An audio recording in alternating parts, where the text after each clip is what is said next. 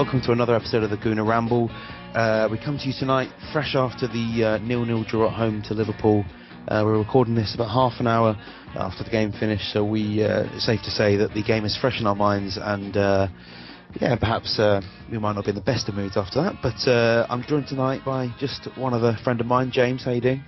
Yeah, I'm fine. You sound like you're fine, I have to say. But, anyway, so I mean, for a 0-0, that was pretty exciting, wasn't it? We had for the neutral. Yeah, well, I mean, I was absolutely on the edge of my seat, I have to say, especially towards the end. But it was definitely a game of two halves. We were absolutely atrocious in the first, where we did score a goal that was wrongly disallowed. But apart from that, Liverpool were all over us, and if it were not for Petr Čech, it would have been Liverpool 1 or 2 up at the break, without a doubt. And then the second, we dominated, hit the post to Alexis, had a couple of good chances, couldn't quite take them, and in the end, I think a draw was probably the fair result. But having been on top for most of the second half, I think we would have liked to win. It means that we've got 4 points after 3 games in the Premier League, 5 points off the top, no goals scored at home. Things aren't particularly great, but we'll go over the match. First of all, James, I guess the biggest thing going into the match was, of course, that Mertesacker and Koscielny were both out, meaning that Callum, Chambers and Gabriel both had to come in, both making their first appearances of the season, both playing together for the first time, I believe. First of all, then, when you heard that news, when you saw that, what was your initial reaction, and what did you make of the pair of them?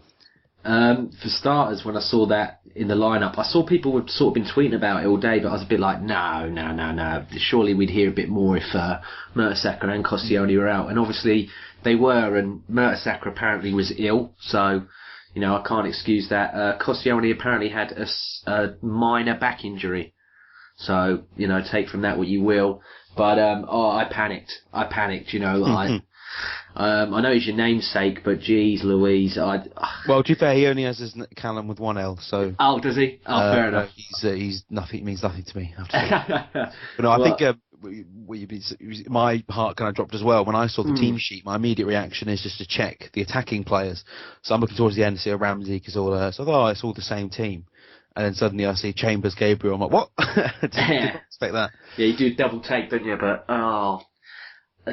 for me, Callum Chambers was a guy when he first came in that showed a lot of promise. I thought that he looks like quite a tidy, centre half, right back. He looks like a really good player. And then the more and more he played, the more and more bookings he got, which weren't his fault. He obviously had a lack of cover back then. Obviously, Coquelin was in his Charlton phase and everything else. He got absolutely ripped to shreds by that Montero against Swansea last season. And from there on, I've not seen him have a good game, and he really just screams deer in the headlights. Well, could you not make the case? First of all, Chambers hasn't played a game at centre half for a while.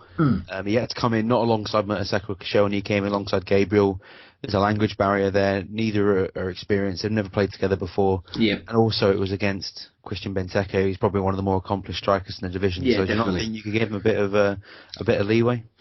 I want to, but honestly, I'm surprised he was on second half. I really was. He was absolutely diabolical. He recovered though in the second half though. Yeah, well, he bloody had to. He couldn't get much worse. If you ignore the first half, he didn't win a single tackle, Callum. He lost 4 of his aerials, and the thing that he's brought on to play for is, Mertesacker. Arsene Wenger, the whole time he's been at Arsenal, will play not 2 tough tackling centre backs, because that's why. And Koscielny, that's why he'll never play them together, because he has his centre back that tackles like he's Tony Adams, but then he had Steve Bold or whoever to distribute and to play the ball out, with Sol Campbell and Toure. Toure was more of a passy type of player one. Campbell got the tackles in. Vermaelen was more passy. Koscielny was more tackle. That's what he's always done. But for 6 misplaced passes, honestly, he couldn't. He just was. It was like amateur hour for him in the first half. It felt to me, when I was watching that first half, it was every time he had the ball, he seemed to make a mistake, and it was very reminiscent of. Do you remember the game that towards the end of Sol Campbell's first spell with us against, I think it was West Ham away? Oh god, yeah. And no, it was at home, wasn't it? And he drove off at half time. Yeah, he left, didn't he? It felt like one of those games, and it was probably the worst individual defensive display I've seen from an Arsenal player since that performance. I mean, I can't remember one. We've had some stinkers, to be fair, so maybe not. But he does look like a guy who didn't feel particularly confident, and then once the first mistake came, he just kind of spiraled and spiraled and spiraled. What I would say is that, whilst everyone was calling for his head at half time, I do think the second half he was pretty solid. You wouldn't say he did much wrong in that second half, so you've got to give him credit for recovering. But it was certainly not. I mean, I'm someone who likes the guy. I think he's going to be a good player for us one day, but thrown in like that, he's not a player to he's not risen to the challenge, has he? He's really struggled, and maybe if he was alongside Koscielny, for example, it might have been a bit different having a player alongside him who. I think honestly, we would have been better off putting Monreal at centre half and then having Gibbs play at left back, with just to add a bit of play. Honestly, I thought Callum Chambers was that bad today. Potentially, but I mean, look, I can see that point, but that kind of change would have come at half time, and it wasn't made. But he was good in the second half, I thought, and was his performance wasn't bad in that second period, so I don't think that was too bad. It was obviously, but when you've got your two centre halves out, you're going to play your third and fourth choice centre backs, aren't you? Yeah, definitely. Yeah. I think what we can say safely today is that Gabriel is very much so ahead of Chambers in the pecking order. I mean, so we agree that Chambers didn't have the best of days, but Gabriel, he came in and he picked up a booking, but he was all over the place in a good way. He kept Benteke pretty quiet, I thought, and made a couple of really good tackles, especially when Coutinho got through. He recovered, and he's very quick as well, isn't he? I mean, he looks. That was quite surprising, really. Tyler and all that was going cool. He's got off. He's got off his marker there quick, and I'm like, I didn't realise he was as fast as this. He's got some legs. I tell you, he was very, very quick, but. Another thing as well that I noticed with Chambers was that Coquelin, and I don't know if you saw my tweet, honestly, he needs to be paid by Bupa, let alone Arsenal, because he was like a carer. He wiped his arse, everything. He done everything for Chambers today. For me, alright, I think Cech will get man of the match, but Coquelin's definitely up there as well. He was Coquelin, I think what was safe to say is worst game for Arsenal since he came back in the West Ham match. He was really good today. I was really impressed with him. I thought he did better against Palace last week, but today he was back to his best. Making some really good interceptions and a couple of really good tackles as well. Going back to what I was talking about was Coquelin, Cazorla, and then even Bellerin and Mertesacker, fucking Monreal. I'm so angry. I forget what I'm trying to say. They were moving inward to try and protect Chambers, and that left the wings so wide. The amount of crosses they were pinging in because they were getting too narrow to try and protect Chambers was so frustrating. Honestly, we were getting peppered on the wings because they were Bellerin, and the amount of times Bellerin had to save him as well. I mean, I think you're being a bit harsh on Chambers. I think it's wrong to suggest that all the crosses that Liverpool were hitting in was just because the players are playing narrow. They were. I don't think that's completely true. I think what you see is that because Bellerin and Monreal attack a lot, there's always going to be. We were prone, but honestly, even Cazorla was sat so deep, and people said Cazorla had a bad game. I'm like, well, he didn't have a bad game through his own faults. He had to defend as well.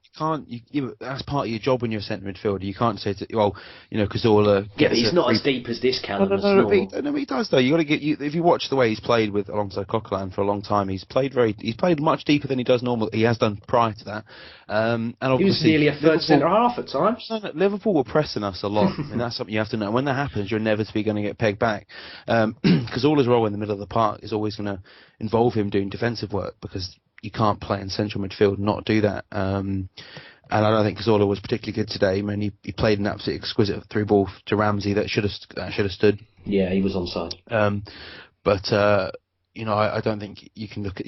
I think it's too much of a stretch to say these players underperform because of Chambers. You're really pushing it there. I have to say, it's very harsh. I think Chambers in his own performance was poor, but I think the issues that we had in that first half, especially, it was a multitude of issues that were across the entire team, and why is this happening? I mean, towards the end of last season, obviously, I think we all ended the season in good spirits because we smashed West Brom last day of the season, and we finished third, so we didn't have the qualifier, and then of course we won the FA Cup, so everything seemed fine and dandy. But this is 2 games at the beginning of the season at home where we haven't scored. And I think there was about 3 or 4 matches, aside from the West Brom match at home towards the end of last season, where we didn't score. So I think it's something like 5 and 6 of our last home games we haven't scored. And for so long, our home record, especially against, I won't call Liverpool a weaker team, but the teams that aren't challenging for the title, we would put a few goals past them and really challenge. And those goals seem to have dried up. I mean, what's your think? I mean, why has that happened? Have we just been unlucky? I mean, we hit the post today, had a goal disallowed that shouldn't have been. Are we just been unlucky, or do you think there's some real issues here? I think it's a bit of both. I think, we're really unlucky, but Clive alluded to it the other week on the podcast. We've created like nearly 40 odd chances in those first 2 games and only scored 2 goals, and one of them was an own goal. Well, I think the finishing's just not up to scratch. We had 61 shots this season, which is the most out of any other team. We scored 2 and 3, Yeah, it's just not good finishing, and it adds to that fuel of the fans wanting strikers and transfers and everything. I mean, today before the game, that just was doing my head in. I was like, look, we've got bigger things to worry about. We've got a game tonight. I'm so happy. I'm so desperate for the window to end. I'm just absolutely sick of it. Whatever we end up with, I just want to know and then just get on with it. Yeah, but as far as I don't know. I think Sanchez just isn't fit, and it's pure desperation, but it's got to happen because he's one of the only ones that look lively. For me, I thought Ramsey didn't have a bad game per se. Improved, I think. I would have started Chamberlain today from the point of view of that Gomez is not a left back. He's a centre back who's right-footed playing at left back. He's 18, 19 years old. He was probably as nervous as Callum Chambers was out there today. Well, we didn't even target him. When Chamberlain come on, the first thing he did was beat him and put him on his arse. And I'm like, that was needed. God knows, like 70 odd minutes ago, Wenger. It certainly feels like we need more width. I mean, I've got no issue with Ramsey playing wide generally, because I think that he is given freedom to roam, and I think he looked dangerous today, and obviously was incredibly unlucky not to have a goal given, because it was a legitimate goal that was disallowed. But when you see Chamberlain come on and he's able to run at players, he's able to take people on the wing as a general pace, it does kind of feel like we're missing a trick by not having him in there. So, I mean, we've got Newcastle away next week, and we won't go into too much depth about that game just yet. But, I mean, Wenger, he does have his favourites, doesn't he? He likes Cazorla in the middle there. He likes Ramsey in the team, which means putting him out wide. He's always going to play us, so he's always going to play Alexis. So, I mean, what are you doing then with Oxlade-Chamberlain? Do you use him as a bench option again, or are you bringing him in next week for who? Newcastle's a weird one, because I watched the game against Man United, and they looked very, very good at dealing with things that were coming from the air. Colaccini and is it Mbemba or Mbemba, the new player, yeah. Mbemba or something? Yeah, he was fantastic as well. They were really good. So I would start Theo Walcott and try and play the ball in behind, because Colaccini's 33, and this Mbemba's new to the Premier League. He didn't really have much pace to deal with. I mean, Rooney, can't score in a brothel at the moment, and he likes to visit the prostitutes. So, do you know what I mean? Allegedly. Yeah, well, you say allegedly. The proof's there, but trouble, James. Well, he should have done it. He got himself in trouble. It's public knowledge. Sorry. But going back on topic, I'll try and save it. With Walcott though, I mean, he didn't exactly do much when he came on, did he? And that was the case. No, I will admit, I totally forgot he come on. He was missing. Don't know what he was doing. Apart from that run near Skirtle at the end, and Skirtle's a guy, apart from being just a bald thug, I don't think he's a good player. He seems to always score from a corner against us somehow, but he didn't today. But he's an own goal waiting to happen as well, and he should have been targeted a bit more. But I just totally, I think Giroud is a guy that just defies odds. He seems to score the impossible, and then when it comes to the sitters, he fluffs them all. Well, he had that. I mean, of course, his goal last week was, to say it was theatrical was kind of doing an injustice. Yeah. It's quite a finish, wasn't it? And then today he gets that chance in front of goal. It looks like he might have been brought down by a Lovren. He kind of slipped, but if he just hammers that anywhere either side of Mignolet, that goes in, and you just find yourself thinking, Christ, why haven't you just done that? That's I don't think Mignolet's a good keeper either. I mean, I think he's Giroud gave him all Mignolet had to do was wait for the shot to come and react to it. But if it was so close that if he'd got any real power behind it, he would never have had a chance. And you're just tearing your hair out, when he scores a goal last week, you think, right, he's back. He scores a ridiculous goal that most strikers wouldn't even attempt. And, he's going to have a bit of joy. And then he gets that chance today, a couple of other half chances, and just doesn't quite take it. And look, I'm not going to ask you whether we need a strike or not, because I'm absolutely sick to death of having this discussion. I don't really care at the moment about... Well, I do care, but I'm just not interested in this debate at the moment, because it's been done all summer, and it's just getting to the point now where I want the window to shut and we can just deal with what we have. But obviously there was concern there. I mean, of course, and I said, 5 games and 6 at home where we've not scored. I mean, it's worrying, and we've always been a team that's usually done well at home, especially in the goal scoring department. So it's worrying moving forward, isn't it? But anyway, let's talk about, I think, undoubtedly the most positive thing of today, which was, of course, Petr Čech, who, and people, when he went to Arsenal, he had people, I think John Terry said he'll win us 12 to 15 points this season. And then when he dropped a couple of clangers against West Ham, people were quick to laugh, but he was absolutely outstanding today. I mean, that's not, and I mean, I'm not overselling him there, am I? I mean, he was absolutely no. That's Coutinho's save. Oh my days! Save and the one from Benteke, he had no right to get a touch to, and I mean, he's won us a point there, hasn't he? Yeah. For those 2 saves alone. I mean, the fact that people said he was done the other week after his mistake, I'm like, well, let's chill out. And people saying, it's only a matter of time before Ospina comes back. No discredit to Ospina, great goalkeeper, but that was world class today. That is what Arsenal have lacked for so many years, is someone that can produce saves like that. Honestly, I could watch that Coutinho one over and over again. That was magnificent. You applaud play from the top of the pitch, but then you got to appreciate a good goalkeeper when you see one, and that was class. I mean, and I would give him a 10 out of 10 today. And when I do a player rating thing on a forum on the Arsenal forum, and I very rarely give out 10s, but today I just thought, I mean, he's pulled off 2 incredible saves, and I don't think I'm overselling them either. No, one from Benteke was just, when I watched the replay back, I could not believe he saved it. And it wasn't one of those from 2 or 3 yards where he just happens to be in the way of the ball, and Benteke's not done well. He's shot and he's got his hand to it from such a close angle and tipped around the post, which was just incredible. And then, as you said, that Coutinho one, the slightest of touches that hits the post.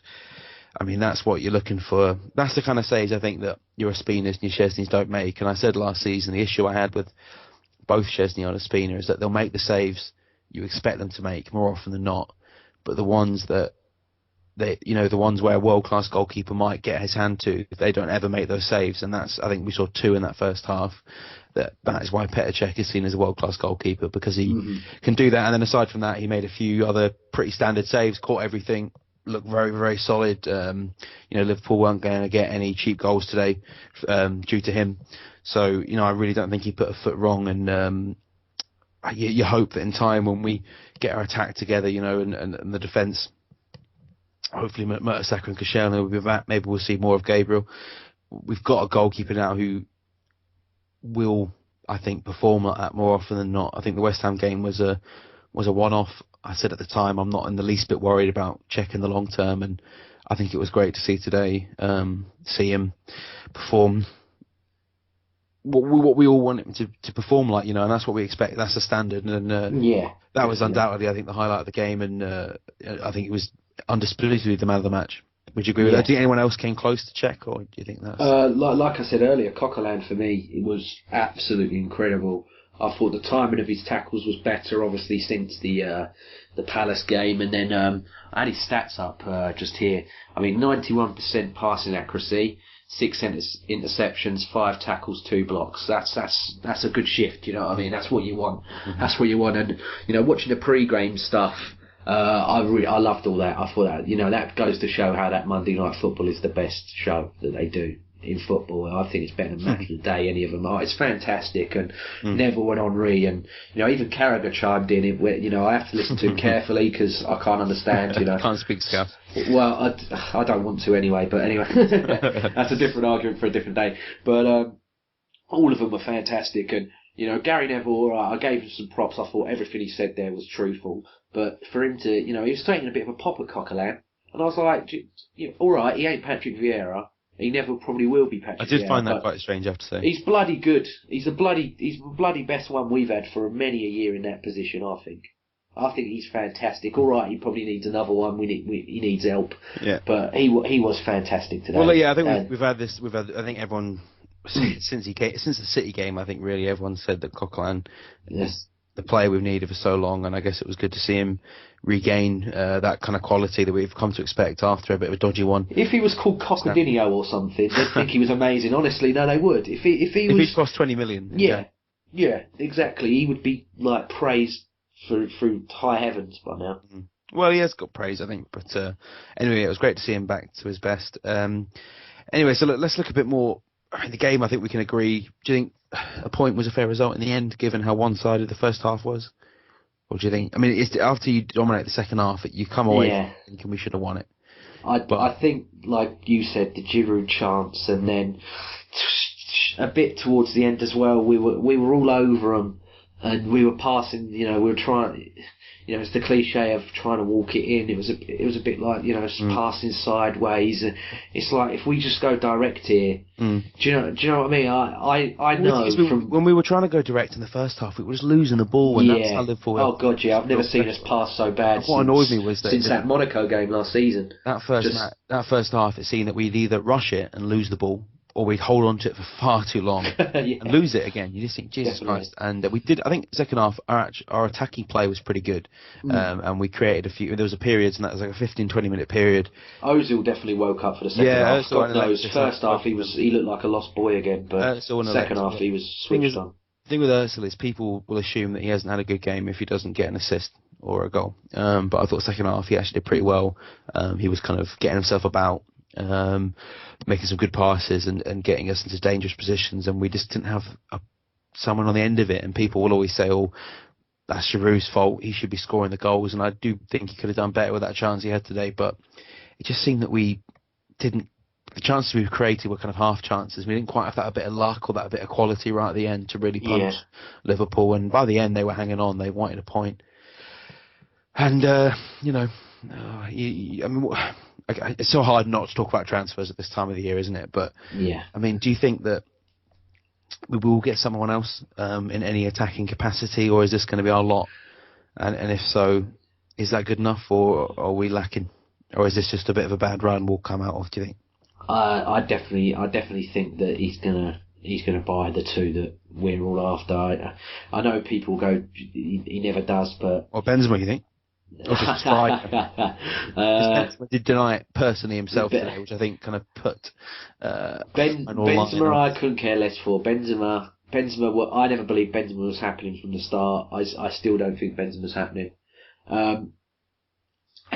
Would he suit it? I'm not his biggest fan, but if we're going to play that ping game that we were playing today, he'd have buried them compared to Giroud. So, I'll give him praise for that. But who's it? Sorry, Benzema. Yeah, Benzema. Yeah, he would have buried them today. I think we should ban that B word now. Anyway, Benzema. He's not coming. Move on. But the thing I find is that I think once Walcott signed that new contract, that was pretty much it. I think if Walcott had gone, we would have brought in another attacker. I think a lot lays on this Welbeck malarkey, because if he is injured for, some people are saying, he could be out for another 2-3 months now. I might, if that is true, then we definitely need to get another one, because I think you can play Alexis down the middle, but in the Premier League, and again he showed a good leap today, and he showed a good leap against Crystal Palace, but I just you do sort of worry about the height in the middle of the park. Yeah, definitely, and it's tough, isn't it? I mean, because Welbeck is coming back, and it's got to the point now where some people think Welbeck's just a waste of space. And I think he has got a lot to offer, but he isn't that world-class striker. But in terms of numbers now, I think in those attacking positions, we only ever play one striker, and you've got Giroud, you've got Welbeck, and you've got Walcott, I think, who has been given his 140 grand a week contract. And if we're going to play Alexis every game, and then on the right we've got Oxlade-Chamberlain, we've got Ramsey, Wilshere when he gets back, who's been used there recently, and Walcott as well. I mean, if you buy a new striker, I would love us to get a new striker, especially a top quality one, because otherwise, you do worry about ability to finish the chances, and that seems to be our biggest problem at the moment. But in terms of numbers, we've got plenty. If Walcott had gone, it would have made sense to then go and get a striker. But I think because we have Theo, and I think Wenger wants to try him as a striker, I just don't think he's going to be coerced into buying a striker. I think he's made his mind up a long time ago. He thought he would move. He would move for that player we were discussing very recently, if he was available. But he's not. There's a lack of them around. I will admit, the top tier is very, very hard to come by. I mean, for me, I thought is it Carlos Bacca that was at Seville, good striker, but AC Milan paid 30 odd mil for him. I'm like, all right, he's had a good little season and a good spell in the Europa League. I'm like, 30 million for a one-off. Charlie Austin's being quoted at 17 to 18 mil.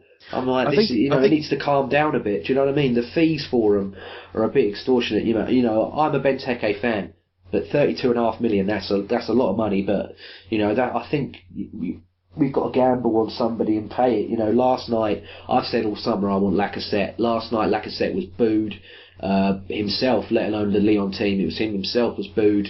I don't think he's got a goal this season so far. He signed a new contract though, hasn't he?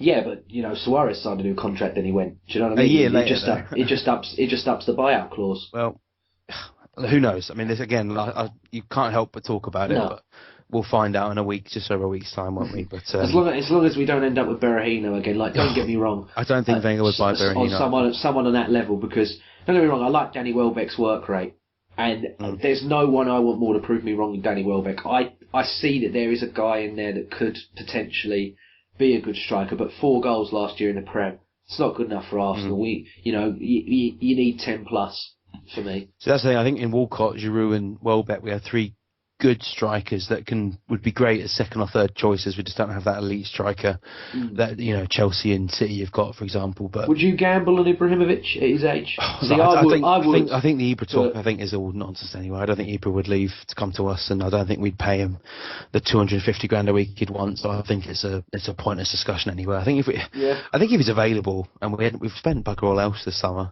I'd be up for it. But I don't think that's really possible for a number of reasons, but see, I could see it as someone that we'd go for. I don't think Wenger would go for Zlatan, also because didn't we offer him a trial 10 years ago when he thought we'd just offer him a contract, and then he got a bit upset about that. Anyway, look, this is silly talk. It ain't gonna happen.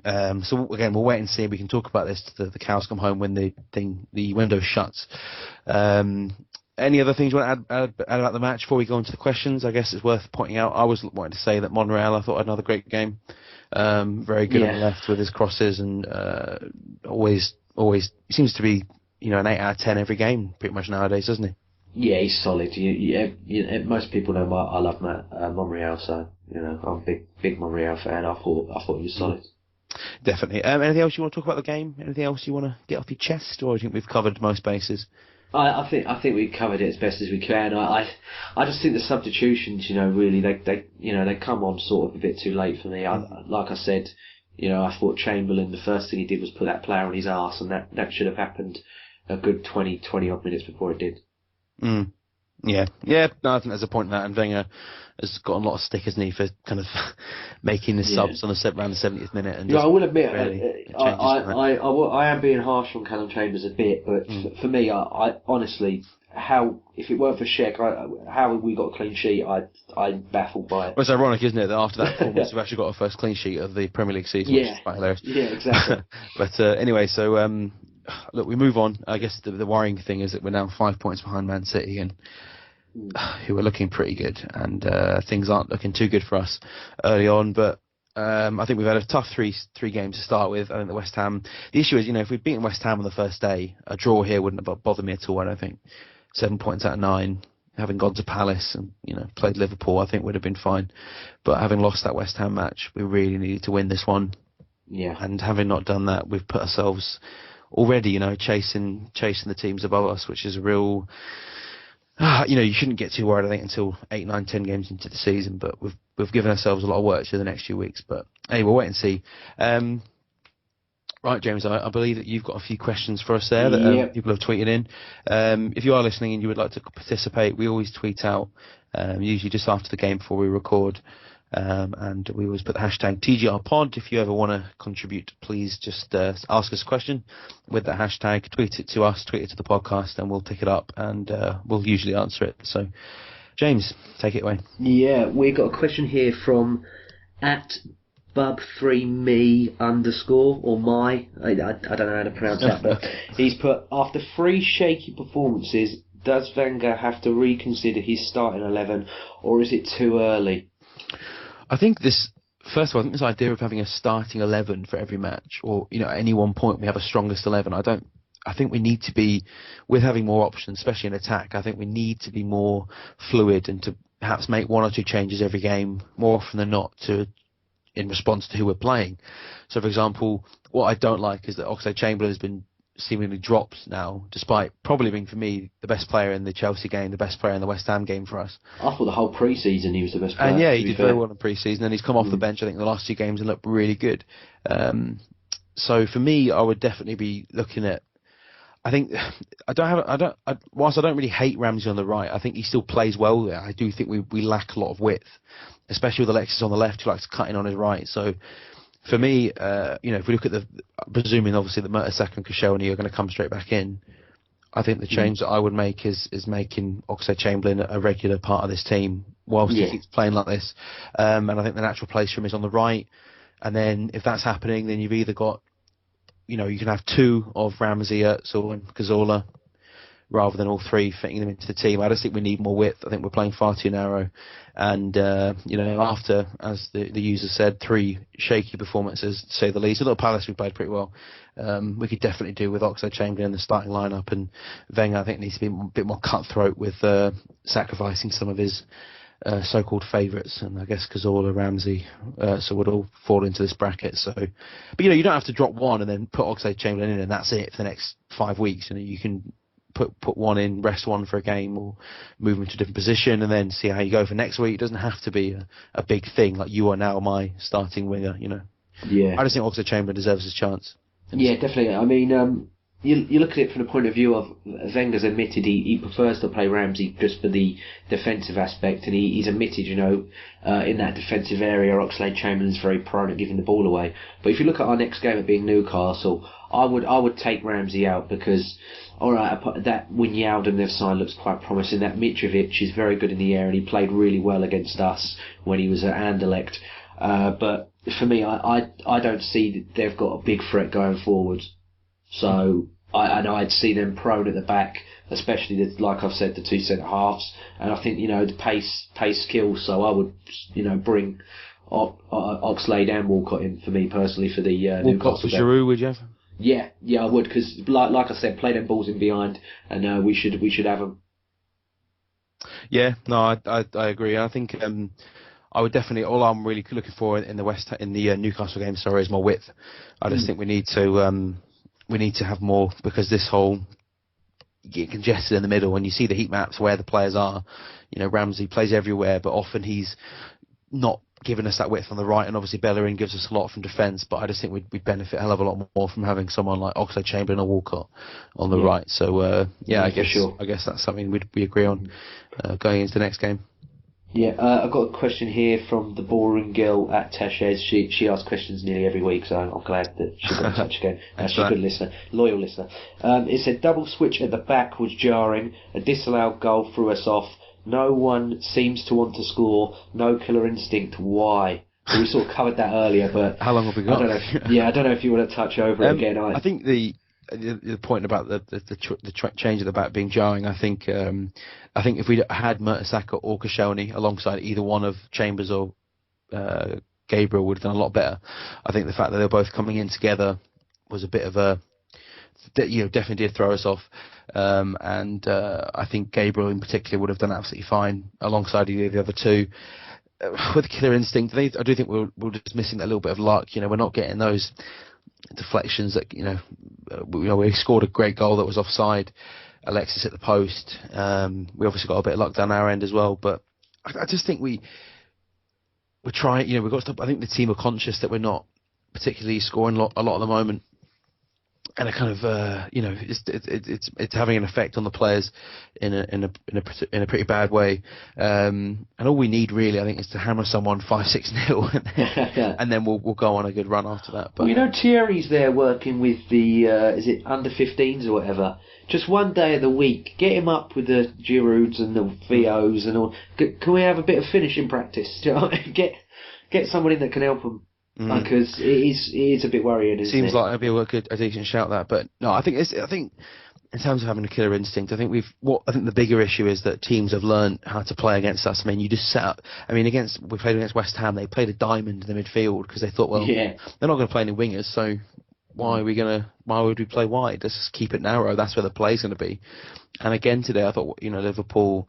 Firmino isn't a winger; he's an attacking midfielder. He was playing inside. I thought he was dreadful. I don't know what he was. He was poor today. But I think we need to just get this game stretched. As soon as you stretch the game, it stretches the opposition. Suddenly, Özil has a lot more room in the middle. Suddenly, the defence are having a bit more trouble marking the strikers.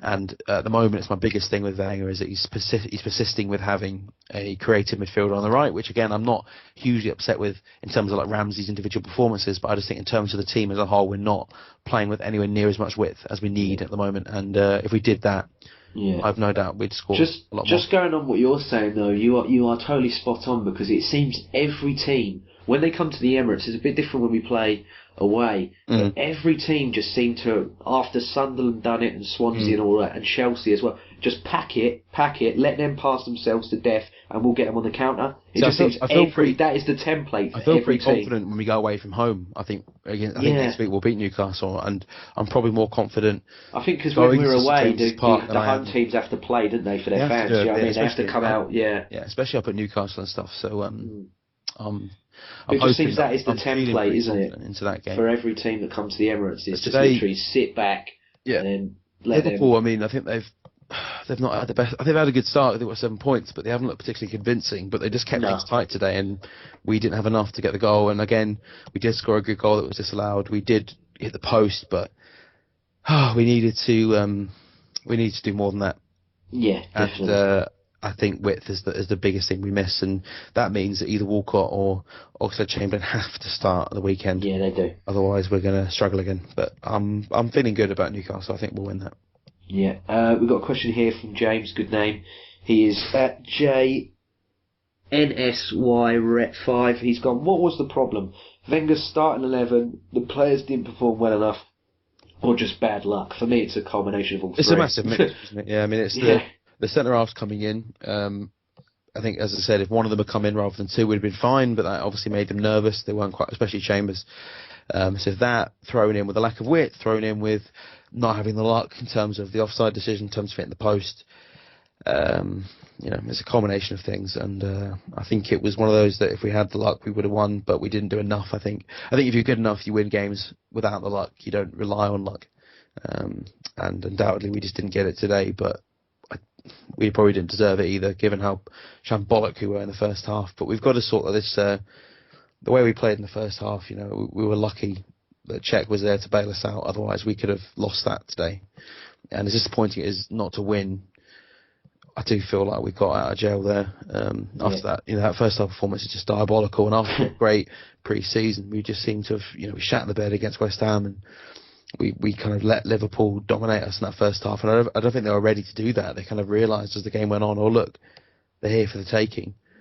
And then they got more and more into it in the first half, and we did that because we just weren't at the races, and that's not good enough.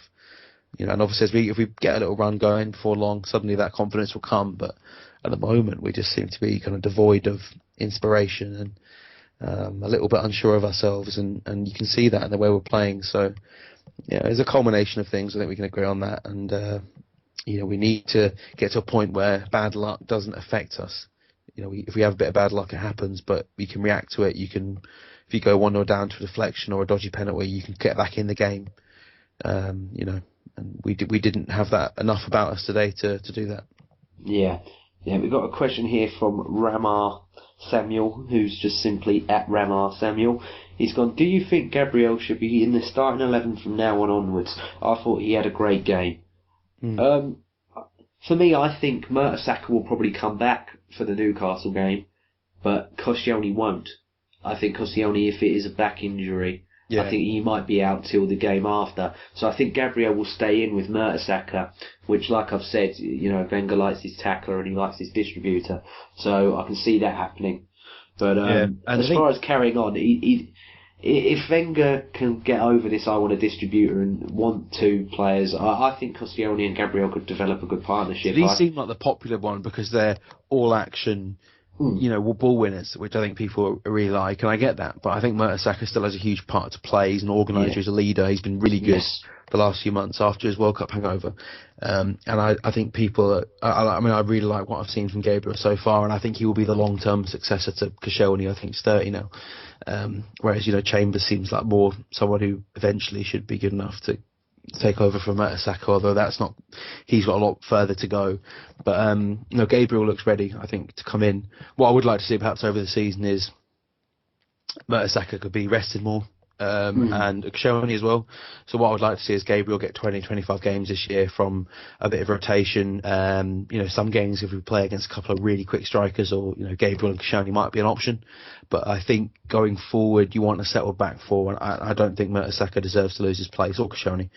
Even though Koscielny in particular hasn't had a good start to the season, I think he is by far and away our best defender, or centre half at least. And I'm very, very happy though to have Gabriel. I think when he comes into the team, doesn't scare me at all. I think once he comes in, especially alongside either Koscielny or Mertesacker, I think he looks ready for the Premier League. And I think he even played against Newcastle last season. So he's I think Gabriel's going to be a really good player for us. And so do I. I like him a lot. I'd like to see a lot more of him. I would say, as I said, this obsession with having a best 11 isn't always I think it's always good to have a settled defence, but Mertesacker and Koscielny.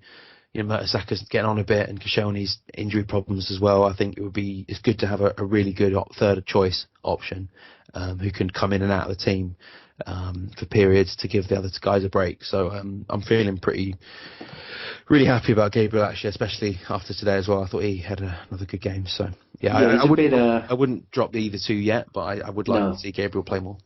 He's a bit more, rough and ragged as well, which I like. He reminds me of Koscielny when Koscielny first arrived, and actually he probably looks more equipped than Koscielny did when he first arrived, which is promising.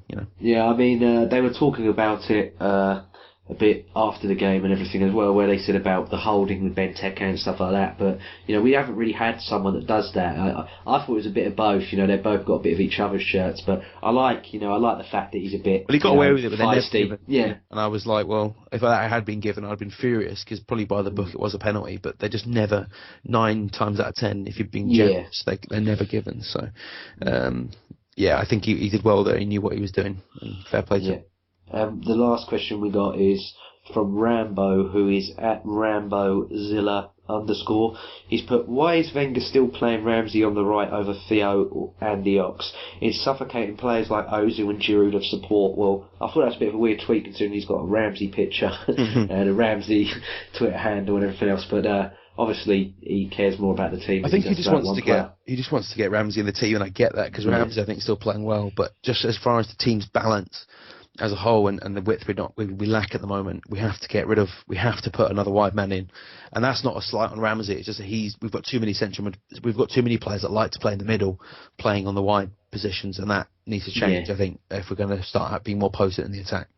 Yeah, for me, I love Aaron Ramsey. I think all the time, people are saying to me who are Arsenal's best, young players or best of the British core, and I've always said Ramsey and Oxlade-Chamberlain, and I love Wilshere.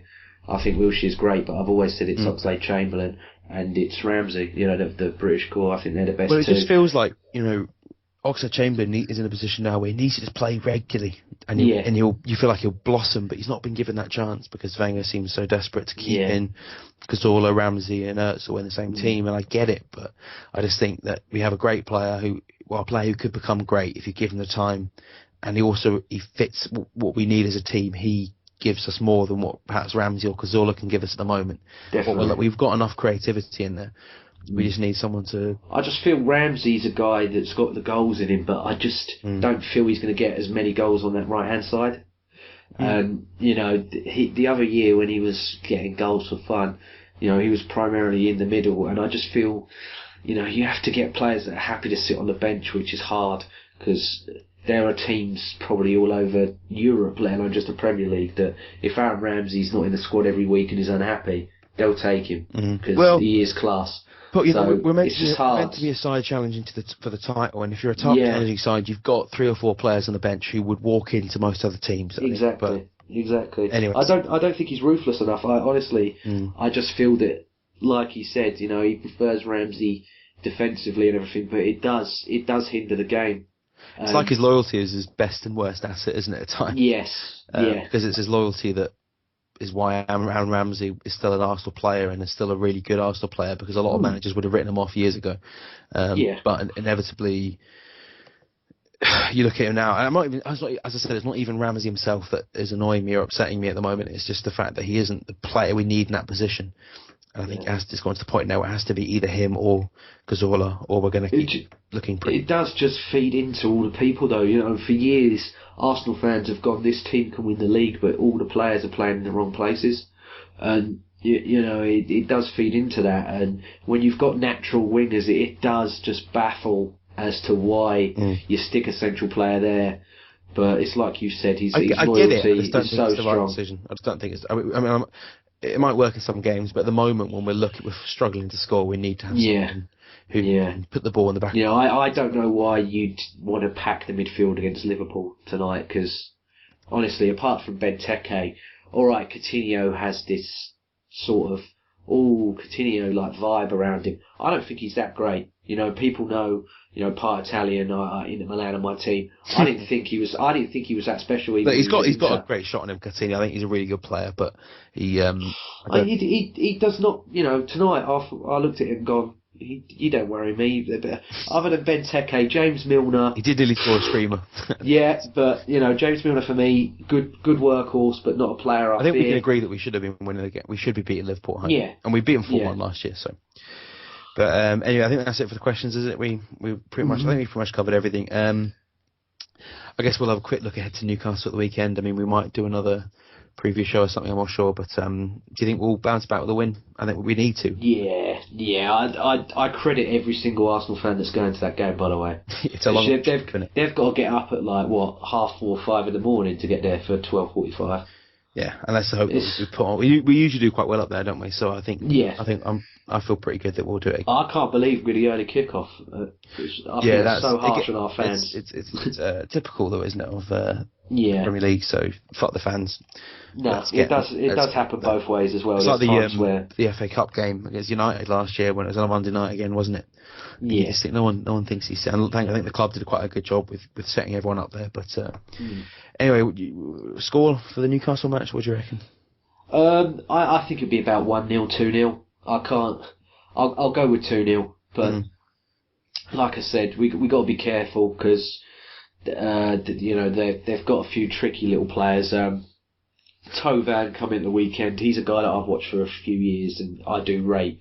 I remember he's when we quite first good for them, isn't he? He's a good player. Plays for when we first Marseille. signed Sanogo. Yeah, he comes from Marseille. Yeah, when we first signed Sanogo, he played in, I believe it was an under-20 tournament, and Tovan was the top scorer. And there were reports that of us linking with Tovan at the time. And I was like, cool, I hope we sign him as well. He looks quite tasty. But he come in at the weekend and. A lot of people said he looked quite lamellar-y, he looked lightweight, and he was getting pushed off the ball and everything. It was his first game in the Premier League. Let him settle in, and he'll be a great addition to Newcastle. I mean, I couldn't believe they let Cabela go the other way. I think that's another guy who's a fantastic player, but obviously didn't suit him to Newcastle play. Yeah, Cabela went on loan as part of the deal for Tovan. No, but Cabela's a fantastic player also. But no, for me, like I said, go with pace. And hopefully we should spring them, because literally everything that was in the air they dealt with. And Tim Krul is a goalkeeper where some days he looks world class and then the next day he's an absolute howler. So get Tim Krul, under some pressure and just please finish some chances, because it's so frustrating. Do you think Wenger will mix things up, or do you think we'll see the same team again? I think he might mix it. But like I said, Hopefully, Koscielny and Mertesacker come back. No disrespect to Gabriel, I thought he had a great game, but if Callum Chambers plays again, Christ Almighty, I'll be panicking. Yeah. All right. I think we'll edge it as well. I feel like at the moment we're going to do better on the road than we will at home. So that's probably a good sign they're away next week. Yeah. Do you reckon we'll sign someone before Saturday? Oh, James, I haven't got a fucking clue. I'll be honest with you. I do not know. I cannot call it. Part of me believe that Benzema, I said the word, might be coming. I don't know why. No chance. But it looks very unlikely now, and I just feel like every rumour now is just people know how desperate Arsenal fans are to hear about a signing. So we'll see so many articles. To be honest, I'd like to just fast forward to next. I wish we didn't have any games until after September. Just fast forward to the end of that and just. Yeah, is it international break after this weekend? I think we've got Newcastle and then. Who is it we've got at home after? I think we've got one more match before. Is it Stoke? It might be Stoke, which there's no.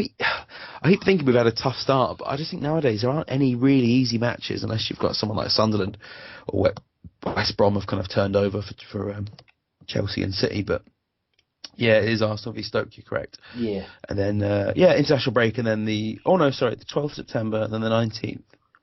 So, the international break straight after the Newcastle match. So, right. Yeah, important that we win that, because what you don't want is to go. I mean, if we lose to Newcastle and City win, what's that? 8 points.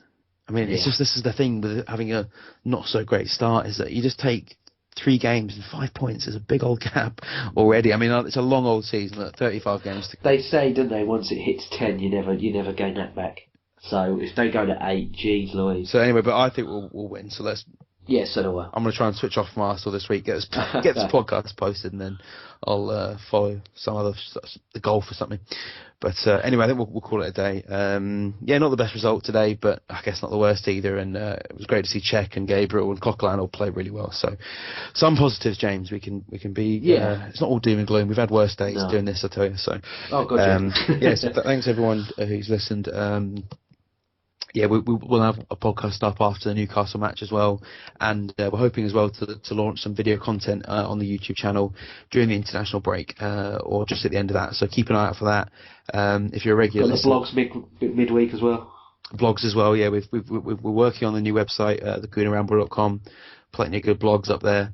So do check that out. And if you're a regular listener, thanks for subscribing and everything. It really means a lot. And if you're a new listener, please stick around. Thanks to everyone who's listened.